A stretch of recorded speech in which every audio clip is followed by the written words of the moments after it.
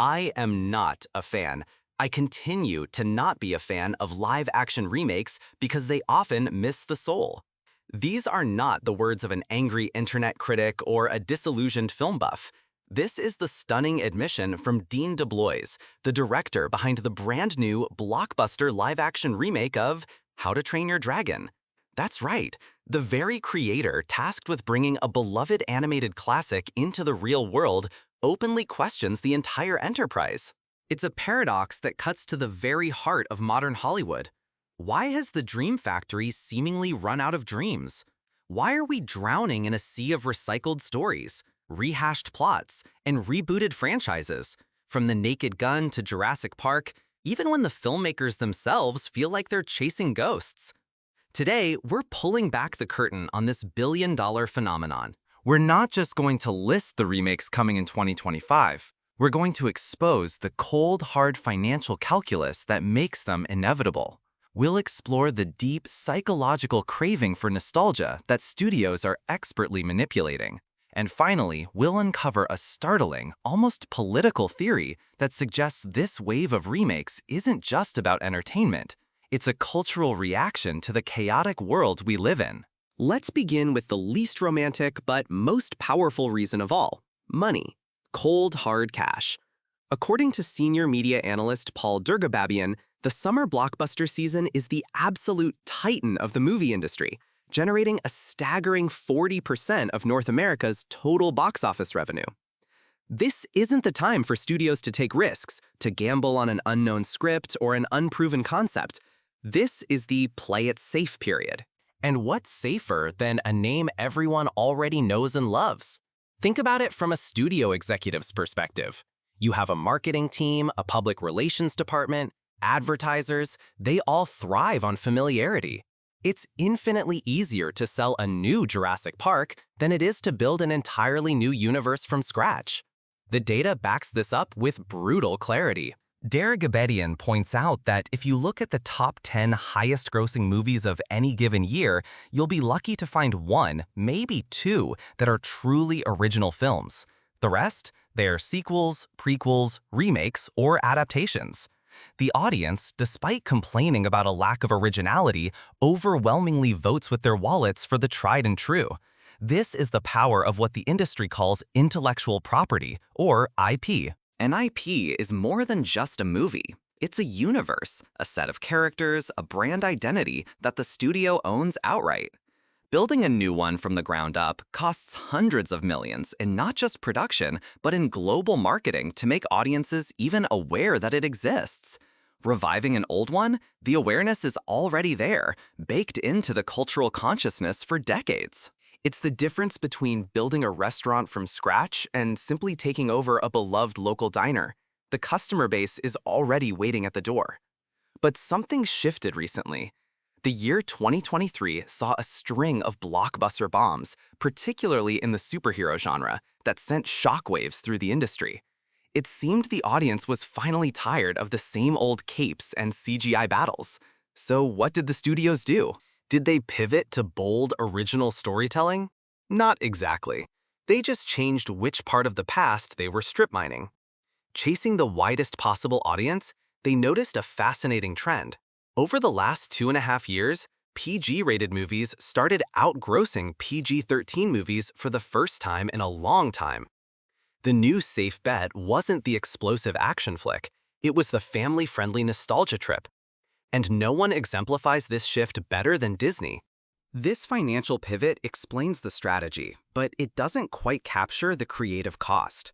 The article points to the live-action Lilo and Stitch, which became the year's first billion-dollar earner, and the wide criticism it drew for its sanitized ending.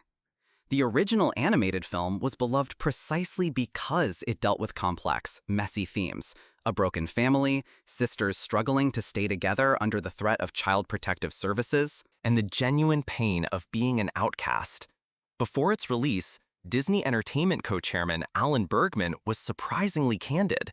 He told the LA Times that the original story was being changed because, in his own words, "To do the kind of box office that I think we're going to do, you need to get everybody." By smoothing these edges to get everybody, the remake risks losing the very soul that director Dean DeBlois warned about. It becomes a product that resembles the original but lacks its heartbeat, a perfect metaphor for the remake machine at its most cynical. But an algorithm only works if people are willing to plug in, and boy, are we ever willing. This brings us to the second, more intimate reason for the remake boom, our own deep-seated, insatiable hunger for nostalgia. We are living in what Freakier Friday director Nisha Ganatra calls a little bit of an unsure place. That might be the understatement of the century. Amidst political turmoil, economic anxiety, and a constant barrage of digital noise, the past starts to look pretty good. Ganatra explains, "We all look back with, rose-colored glasses on the times we grew up in as better, and Hollywood is selling us those glasses, one ticket at a time. These films aren't just movies, they are emotional time machines. They offer what Ganatra calls the comfort of these movies and that collective feeling of togetherness we got when we watched these movies. It's a powerful drug, and the numbers prove its potency. This isn't just a feeling, it's a documented psychological phenomenon." Scientists talk about the reminiscence bump, the tendency for adults to have the strongest, most vivid memories of events from their adolescence and early 20s. This is the exact period when many of us formed our defining tastes in music and film. Hollywood's marketing departments have become expert nostalgia engineers, precisely targeting these formative memories to create an almost irresistible emotional pull. It's why seeing a trailer for a new Naked Gun movie, or hearing the iconic theme from Jurassic Park, or learning about reboots of 28 Days Later and I Know What You Did Last Summer can trigger such a potent response. It's a direct line to our younger selves. Consider the new Happy Gilmore film. It didn't even need a theatrical release. Dropped on Netflix, it was devoured by an astonishing 47 million people in its first 3 days alone. Meanwhile, the King of the Hill reboot became Disney's biggest adult animated premiere in 5 years. These aren't just numbers, they represent a massive cultural yearning, a desire to reconnect not just with a story, but with the person we were when we first experienced it. It's the memory of watching a movie with your parents or quoting lines with your high school friends. Studios aren't just selling a movie, they're selling you back a piece of your own life, repackaged and polished for modern consumption. If you've ever felt that powerful pull of nostalgia, that warm, fuzzy feeling from rewatching a childhood classic, go ahead and hit that like button. It's a testament to just how much these shared stories mean to us, and it's the very feeling that fuels this entire Hollywood machine. Now, it's easy to look at this landscape and think that our generation is uniquely unoriginal, that we're living in the creative twilight of cinema. But that's where you'd be wrong. The trend of remaking films and the trend of complaining about it are both nearly as old as the medium itself. Hollywood's love affair with recycling began almost immediately. In 1896, the Lumiere brothers released a short film called L'arroseur arrosé. The very next year, film pioneer Georges Méliès released his own version, L'Arroseur. The first remake was born just a year after the original. A few years later, in 1903, The Great Train Robbery became a sensation. What happened in 1904? An almost shot-for-shot remake was released, and it was remade numerous times after that. Even the journalistic hand-wringing about it is a tradition. Get this. A New York Times article from 1937, yes, 1937, laments the state of the industry. The writer states, with some beautifully flowery language, "Remaking old films is really old hat for the cinema people." The article goes on to say that while Hollywood has barely emerged from its swaddling clothes, it already casts fond, reminiscent glances backward. The author then cuts to the chase with a cynicism that feels incredibly modern. More often than not, these yearnings for the past have been prompted by pecuniary rather than aesthetic motives. The latter view seems more consistent with the facts. So, for almost a century, we've been having the exact same conversation. The question isn't why remakes exist. The real question is, why does this particular wave, right now, feel so overwhelming and all-consuming? That leads us to the final and most provocative explanation. According to Robert Thompson, a professor of television and popular culture at Syracuse University, what we're witnessing might be more than just a business strategy or a nostalgia trip. It could be a full-blown cultural reaction. Thompson argues that our desire for familiar stories predates cinema by millennia. He points to the Odyssey being essentially a sequel to the Iliad, both of which were retellings of older myths. He likens the concept of genre itself to the auto industry. You're not going to make each driver an individual automobile, he says. You've got to churn those things off of an assembly line, and that's what genre is all about, getting something that works and keep doing it, over and over again. This assembly line model worked for decades because the factory had very few competitors. Think back to the pre-internet age. Most families had access to a handful of television channels and their local cinema. Our cultural inputs were curated by a small group of gatekeepers. This created a monoculture, a set of shared stories, jokes, and references that nearly everyone understood. Whether it was the finale of a hit sitcom or the latest blockbuster, we were largely all on the same page. But he believes the current cycle has a unique and troubling driver: the fracturing of pop culture in the digital age. The internet and streaming changed everything. Suddenly, entertainment was democratized. Countless new voices and productions emerged, representing demographics and perspectives that had long been ignored. This explosion of content was a revolution, giving platforms to stories and creators who had been systematically shut out of the old system. It was vibrant, chaotic, and wonderfully complex.